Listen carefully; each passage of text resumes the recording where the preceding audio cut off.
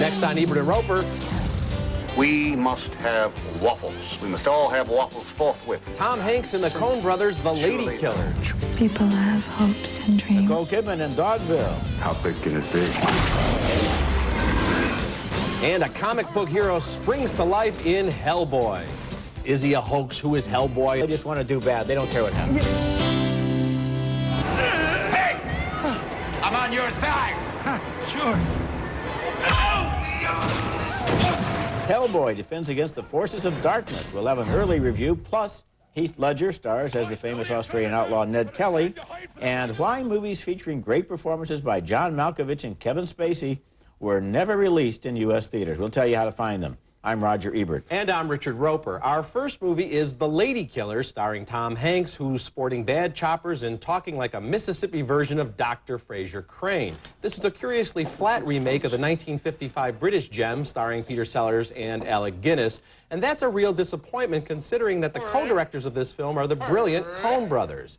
Hanks plays the professor, a smooth-talking rogue who tries to con a church-going widow, played by Irma P. Hall.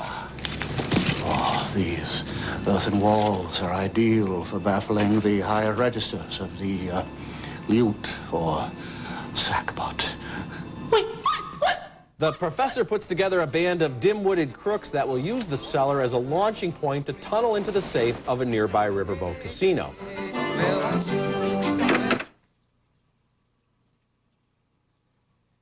That's okay. Don't stop on account of me. But this isn't really a heist movie. It's a self-conscious comedy filled with loud caricatures, including a dopey, medallion-wearing janitor played by Marlon Wayans. This is a Christian house, boy. No hippity-hop language in here. Sometimes it's the only way. You ain't gonna hit. I'm trying to help you, boy. Better yourself. You know, the comedy here depends on slapstick and coincidence, and most of this stuff isn't worthy of the Farrelly brothers, let alone the Coen brothers. Now, I heard some blurb-friendly reviewers say this is Tom Hanks' best performance since Forrest Gump. I'd say it's his worst movie since Turner and Hooch. Yeah, I didn't like it either. And, you know, everybody in this movie seemed to be trying so hard to go over the top and be funny all the time and say, look at me. Yeah. And in the original film, Alec Guinness and Peter Sellers made kind of a fetish out of anonymity, about kind of not being noticeable. Right. These five characters would stand out in this community as if they were dressed like Bozo. Yeah, I mean, and you know, the jokes where you've got a character who's got irritable bowel syndrome and the cat that's running up a tree and stuff is so obvious and labored, and they punch it home 3 times instead of once because it's not funny. Irma P. Hall is good in this movie because she has a character that we can believe in, and she plays that character more or less sincerely. Everybody else seems completely out to sea. And, you know, it's too bad that they had to write such 12 and 4-letter word dialogue for Marlon Wayans, because this could have been a PG-13 movie, and it's R, just because of that unnecessary obscenity. Well, I thought his character was an embarrassment. Okay, next film, Never Die Alone, stars the rap artist DMX as a drug dealer named King David, a vicious and cold-blooded monster who destroys lives almost casually. DMX has returned to New York to pay off an old debt to a drug dealer named Moon, played by Clifton Powell. He's keeping a tape-recorded diary of his destructive life. I've been away too long. Running, hiding. Today is the day I stopped running from my past. Moon sends 2 young lieutenants to collect the money. One of them, Mike, played by Michael Ealy, has a connection to King David that no one else guesses. Hey, Scarface, tell your boy to chill. I'm sure we can work this out. What'd you call me? I'm just admiring your beauty mark, boy. A regular Tony Montana, ain't you? Do you know who I am? Do you? David Arquette is a would-be writer who hangs out in dangerous drug bars to get material for what he thinks will be his great novel. On the last night of King David's life, he ends up driving him to the emergency room. I'm gonna take you to the hospital, and I'm gonna stay there as long as I need to until I'm sure you're okay. Brothers see each other's buying it every day in the street. No one lifts a finger. A white boy like you comes along, saves my life. It's crazy. The fact that King David dies isn't a secret in Never Die Alone that I'm giving away, since the first scene in the movie is narrated by his corpse. In flashbacks, we see his easy charm as he seduces women, hooks them on cocaine, and then secretly switches them to heroin to keep them dependent on him. Directed by Ernest Dickerson, the movie is based on a novel by Donald Goines, the hard-boiled ex-con African-American novelist who has a big cult following. The movie captures his tone of doom, dread, and revenge. Thumbs up. Thumbs down for me. I like Dickerson's style. It's got an interesting visual look to it, and DMX I thought was really strong. But the hokey device of him, you know, going for redemption, this psychopath is never going to redeem himself. I thought that was really way over the top in the dialogue. I thought, yeah, it's kind of hard-boiled, but it almost sounds like a parody of those types of books. And the whole thing with this guy being so hateful toward women, I think this film kind of has a hateful attitude toward women. It just became a turnoff for me after a while as we got these overlapping backstory narratives going back and forth. I think the movie has a lot of sympathy for its female characters. I don't think it has any sympathy for them. Feels sorry for them and for the way they're victimized. It portrays them as puppets and pawns of this guy who just so as easily victims of manipulates drug addiction, which is certainly what they are, but at the same time, the way the plot loops around and connects everything over 10 years and involves David Arquette and Michael Ealy. Oh, and the David Arquette character, that's another real weakness here. This is another film that knows nothing about how journalism really works. I mean, the way the guy gets a job at a newspaper. It is strange that he's working on an old He's working on this typewriter. I mean, all that stuff, Roger. I mean, and you know, we've seen all this stuff before in films like New Jack City, and I just kind of felt like I'm tired of these kind of glorified looks at these psychopathic drug dealers and the whole thug life. Well, it's a very interesting and well-played character. Well, on that, I would agree with you. Okay, when we come back, an all-star cast including Nicole Kidman, James Caan, and Lauren Bacall in Dogville. I promise. Now in theaters. Brought to you by Orville Redenbacher. Start popping today.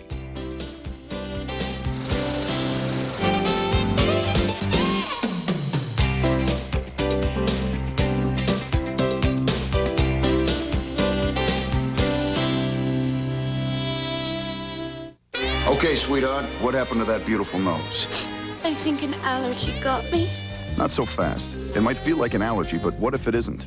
Something in the environment may be causing those nasal symptoms. You mean other things in the air can do this to my nose? Right. But we can't rule out the usual allergy suspects either. Indoor hitmen like dust and dander, outdoor hitmen like pollen and ragweed. You gotta talk to your doctor about Flonase nasal spray. Only Flonase is approved to treat nasal symptoms from indoor and outdoor allergies, as well as year-round non-allergic nasal symptoms. For best results, use daily. Side effects are generally mild and may include headache, nosebleed, and sore throat. Whether it's the usual allergy suspects or environmental offenders, all it takes is Flonase. Is it true that you guys do more brake jobs than anyone else? Yes. And they're guaranteed for as long as I own my car? Yes. Visit your neighborhood Midas mechanic now for lifetime guaranteed brake pads or shoes. Just $89.95, including installation. Guaranteed for as long as you own your car. Trust the Midas touch. Now's the time to get great Toyota values. Like on the legendary and popular Camry. Get 1.9% financing for up to 60 months, or choose $1,000 cash on the best-selling car in America. Plus, the amazing Camry was once again named a Consumer's Digest Best Buy. Don't miss Toyota's nationwide sales event with legendary quality, incredible selection, and values. Hey, what's not to like? Two cars that last forever. Two payments that won't. Hundreds of great vehicles to choose from. Two great places to buy. Ron Tonkin Honda and Gresham Honda. Great deals on Civics. Under $100 a month. Honda Accord LXs. Under $200 a month on approved credit. Hundreds of great vehicles to choose from. Two great places to buy from. We have the right selection, the right price, and at two great locations. Ron Tonkin Honda out 122nd Way or Gresham Honda in Gresham for a limited time at both Honda locations. For love of cars. The man in the back of the car, he's the boss. I saw his face. Give me his telephone number. Told me to call if I saw you. I'm sure he'd offer you a big reward if you told him where I was. Our next movie is Dogville from writer-director Lars von Trier, who has never been to the United States and says he's afraid to come here. This is an audacious, vicious indictment of small-town America, with von Trier hammering home his loathing for this country and its people. Set in a fictional town in the Rockies during the Depression, Dogville runs for nearly 3 hours and takes place entirely on a soundstage that seems inspired by our town. Help me, please. You're hiding mine. That's Paul Bettany as Tom, the would-be moral conscience of Elm Street, and Nicole Kidman as Grace, who's on the run from gangsters. The townsfolk reluctantly vote to harbor Grace, and Tom suggests that she ingratiate herself by finding work. I would really like to offer something in return. You're all running a terrible risk having me here. I mean, I'm willing to learn. There must be somebody who needs help. Dogville has an amazing cast, including James Caan, Chloe Sevigny, and Lauren Bacall. But Dogville becomes tiresome and then ugly as the townspeople begin to turn on Grace. But everyone goes this way. Yeah, that's right. They've been living here for years. You haven't been here that long. Are you saying that I'm less entitled to use the shortcut because I haven't always lived here? When Grace is sexually assaulted again and again and again by different characters, the filmmaker seems as sadistic as the characters he's created. Dogville is a bad experiment with an effective, bare-bones visual style and strong acting, but it's far too long, far too pretentious, and far too sloppy, cheap, and obvious in its anti-American bias. It's in limited release. I hope it stays that way. Thumbs down. You know, I didn't like it either. I saw it at the Cannes Film Festival, and I saw it again because I wanted to be fresh on it. You remember it as better than it plays because you condense that agonizing experience of having to sit there for 3 hours into just a memory of kind of what the film is about, which is sort of interesting. But the style is a conceit that is completely self-indulgent on the part of Lars von Trier. There is no reason this movie has to be 3 hours long. No. The use of a set and the chalk outlines and so forth is kind of effective. But he has, even at 3 hours, he has characters who he never really establishes. You know, von Trier separates various chapters with these title cards, and even the cards themselves seem to acknowledge that this thing is endless. And I get that he's trying to say, look, this is the American experience for immigrants, and Nicole Kidman could be a metaphor for slavery and all this stuff, but it just seems so heavy-handed. And the finale with young Americans, David Bowie, this is actually during the credits, when they play young Americans, and he shows all these shots of oppressed Americans and poor people. Well, guess what? You know, every country in the world has those problems. Now, when we both agree this movie is anti-American, I can imagine very easily a good movie that could be anti-American, and I'd probably like that movie if it justified itself. But this movie has no justification. He doesn't know what he's talking about. He doesn't have any grounding in historical fact, and the movie at the end is pointless. Coming up next, can it be possible that it's already time for a sequel to Scooby-Doo? And Hellboy defends mankind against the creatures of Hades. Other dealers talk the talk, but we walk the walk, Portland. Ron Tonkin Chevrolet is the real truck authority. Nobody beats our selection or prices.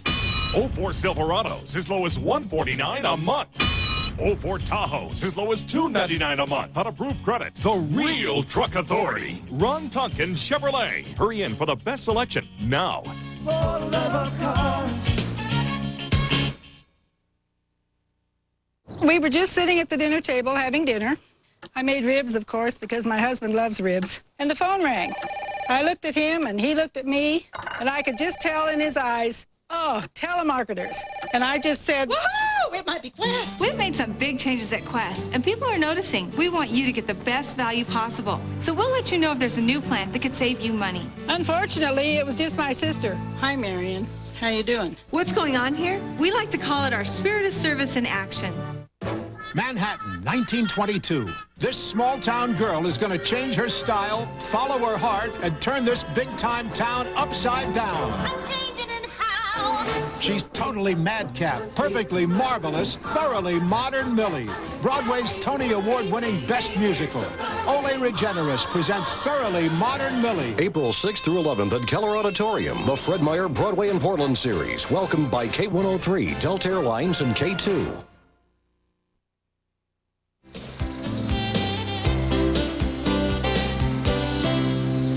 Our next movie is Scooby-Doo 2, or as it will certainly be titled in France, Scooby-Doo Doo.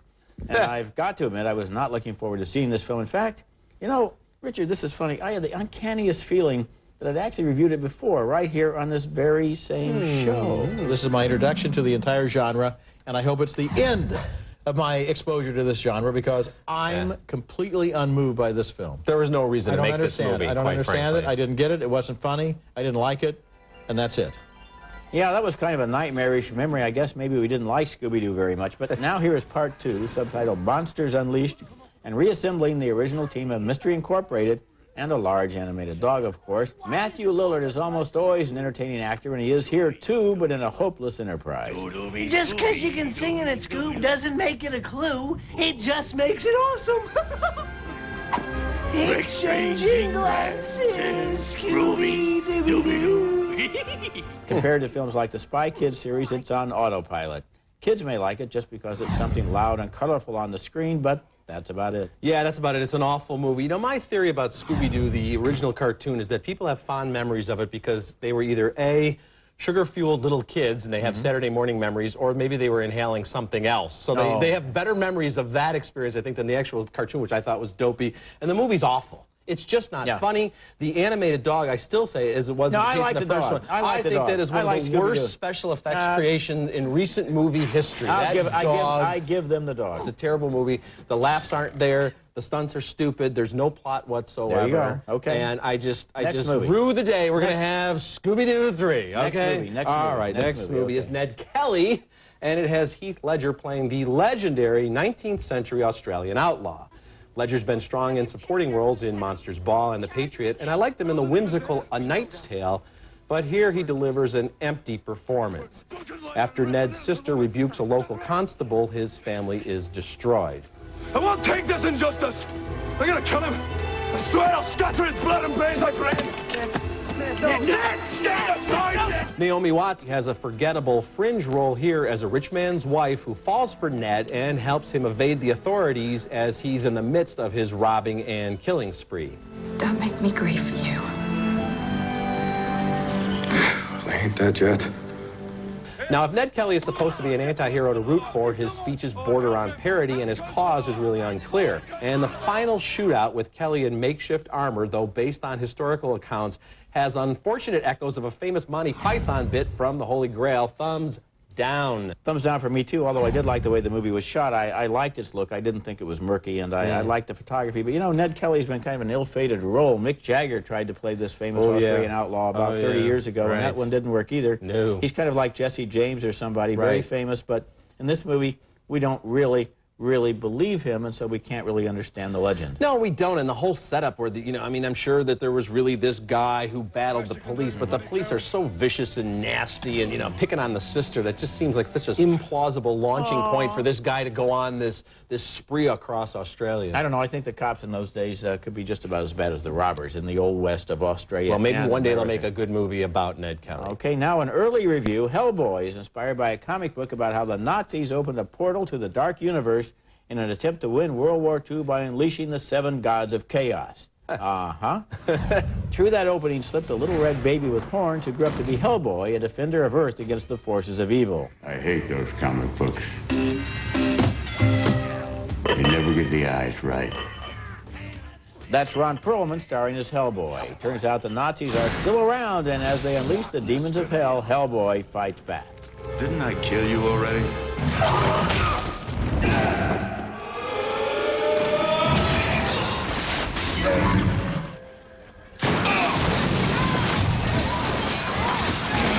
There's even time for poignant romance in Hellboy's life. He's in love with another psychic phenomenon. She's played by Selma Blair. I'm learning where it comes from. For the first time in my life, I'm not afraid. Good thing Hellboy is flame-proof. Ron Perlman does an uncanny job of making Hellboy weird and lovable at the same time, and the action scenes send him to battle against octopus creatures that seem stolen from Matrix Reloaded. The director is Guillermo del Toro, and he brings the movie an entertaining sense of style. Thumbs up. Well, I loved about 49% of this movie, but I hated 51% of it, so I'm going to give this film thumbs down. The first hour is so much fun, and you're right about Ron Perlman and this whole idea, is he a hoax? Who is Hellboy? And, they have a lot of fun with that. But then you do get those slimy creatures, and there's nothing more tedious and overdone than the superhero going against some big, like you mentioned, these octopi. I don't care. What are those octopi going to do when they take over the world anyway? Well, it is true that the plot never really explains what the forces of hell want, what their ambition is. They just want to do bad. They don't care what happens. I just felt that it had a great sense of spirit and a lot of humor, and then it lost its confidence along the way and just became a typical monster movie with this guy going against these slimy special effects I liked it, and I liked the whole relationship between Hellboy and Flame Girl. I thought that was cute, too. Maybe one more shot for Hellboy. You can come back and do it a little bit funnier and a little campier in the sequel. When we come back, Russell Crowe and Ben Affleck in movies you've never heard of, and we'll tell you why. Visit our website at ebertandroper.tv or at movies.com. Honey, come quick. There's French toast on the TV. Well, get a sponge and clean it off. No, it's an ad on TV for Denny's French Toast Slam. Ooh, that looks good. Yeah, and just $4.99. Let's go. I don't feel like cooking. You never feel like cooking. Looks like you got a card. from? Grandma! Just bringing you a hug or two for Easter and all year through.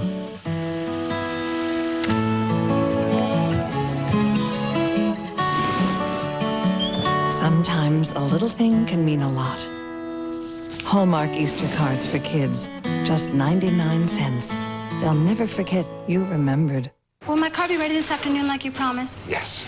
Will you try to sell me something I really don't need? No. Visit your neighborhood Midas mechanic now for lifetime guaranteed brake pads or shoes. Just $89.95, including installation. Guaranteed for as long as you own your car. That's the Midas touch. Life is a work of art. Unless you have allergy eyes. Itchy, red, watery. You may need an allergy eye drop. Patanol. Patanol solution treats all your eye allergy symptoms. Just one drop in each eye twice a day. In minutes, you start to feel relief. There's a low incidence of headache, burning, or stinging. Wait 10 minutes before putting in contact lenses. Ask your doctor about adding a drop. Patanol. Relief is in sight. Ebert and Roeper's Thumbs Up Video is brought to you by Nestle Raisinets. At the movies or at home, Raisinets. Our next movie is Ripley's Game, a superb thriller featuring one of John Malkovich's best performances. Now, although this movie was an official selection at Venice and played all over Europe in 2003, it never opened theatrically in North America, and after a brief run on IFC cable, it's gone straight to video. The official studio line is that there was disagreement on how to release the film. What we hear is that New Line and Fine Line were too preoccupied with Lord of the Rings to bother with this smaller but uncommonly good film. Malkovich plays Tom Ripley, a detached, amoral, intelligent thief and murderer who always seems to get away with his crimes. See, that's the trouble with Ripley. Too much money and no taste. After a neighbor, played by Doug Ray Scott, insults him, he decides to manipulate his life by arranging for one of his underworld friends to offer him $100,000 to commit a murder. What did you offer? $50,000 like a wanker. Double it. I'll pay the difference. What a shame that lousy movies get released all the time, but Ripley's Game was shelved.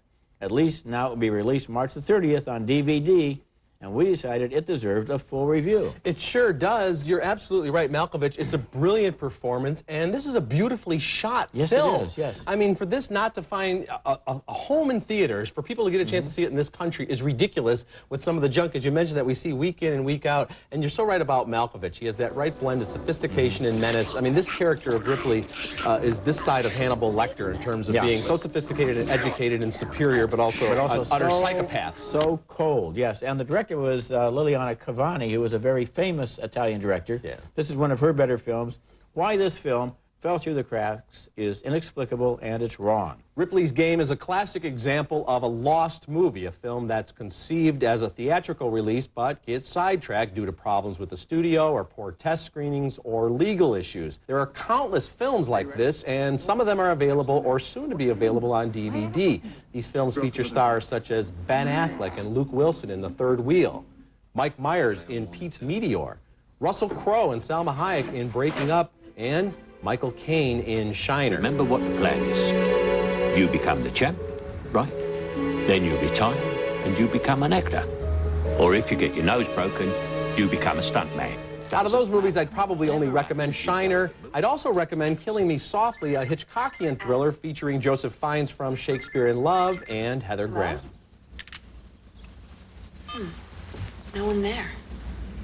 Another lost movie is Daddy and Them, Billy Bob Thornton's follow-up to Sling Blade, released on video this year after 4 years in limbo. Now, this is an uneven mess, but maybe worth renting as a curiosity. Lost movies worth checking out on video include Highway, a stylish road movie set in the 90s grunge era with Jared Leto, Jake Gyllenhaal, and Selma Blair, and Ordinary Decent Criminal with Kevin Spacey as an audacious, publicity-hungry Irish criminal. Daddy! There's Daddy with a black coat on him. That's right. And to that list, I would add one of the funniest comedies I've ever seen, The Castle, which was shelved by Miramax, and every time I showed it at my Overlook Film Festival, people were in the aisles with laughter. We'll be back in a moment. My name is Kenny, and I want to work for a sports agent. I've always just been around athletes. I realized that if I was going to be happy in life, I was going to be working in sports. I'm looking to learn from another agent. You know, it can be a match made in heaven, and I think that it will be. Monster, today's the day. Is it true that you guys do more brake jobs than anyone else? Yes. And are my pads and shoes really guaranteed for as long as I own my car? Yes. Even if it's 20 more years? Absolutely. Do you ever cry at weddings? No. Visit your neighborhood Midas mechanic now for lifetime guaranteed brake pads or shoes. Just $89.95, including installation. Guaranteed for as long as you own your car. For mechanics known for their work and their word. Trust the Midas touch. Honey, come quick. There's French toast on the TV. Well, get a sponge and clean it off. No, it's an ad on TV for Denny's French Toast Slam. Ooh, that looks good. Yeah, and just $4.99. Let's go. I don't feel like cooking. Ah, you never feel like cooking. It's a challenge. It's a truck challenge. A 100 truck challenge. Now through Monday night, Ron Tonkin Dodge brings you this exclusive offer. Ram regular cab 4x4 V8 starting at $17,988 after rebate. Ram 1500 Hemi starting at $17,688 after rebate. High output diesel quad cab 4x4 starting at $28,995 after rebate on approved credit. It's the 100 truck challenge at Ron Tonkin Dodge in Gladstone. Save today at the truck challenge. For love of cars. Wow, this is new. Yep, brand new. So classic, but so today. That's what I said. It's everything you love about the original, just streamlined. The best part? What? It's boneless. What? KFC's new secret recipe filet, 100% chicken breast, no skin, no bones, but all 11 herbs and spices. Now with 2 sides and a biscuit for just $4.99. For the taste of Kentucky Fried Chicken, no bones about it. You got a KFC what's cooking. Okay, recapping this week's movies, 2 thumbs down for The Lady Killers. We split on Never Die Alone. 2 thumbs down for Dogville. 2 thumbs down for Scooby-Doo 2. And 2 thumbs down for Ned Kelly, which is opening in limited release. We split on Hellboy, which opens next week. And when we reviewed Jersey Girl last week, my thumb was up and Richard's was down. It opens this week. And my thumb is still down. Remember, you can hear all our recent reviews at ebertandroper.tv or at movies.com. And read us in print at suntimes.com. And on next week's show, The Rock is back with a vengeance in Walking Tall. Until then, the balcony is closed. You know, it's just as if The Lady Killers was trying so hard that it went right past comedy and into grotesque exaggeration. Well, and when you have the Coen brothers, who are such good writers and have told such unique, funny stories, you just think that they would have stopped and said, look, maybe this story was told perfectly the first time. We don't need a remake. Get a whiter smile tonight with new Rembrandt 2-Hour White. Whitening in only 20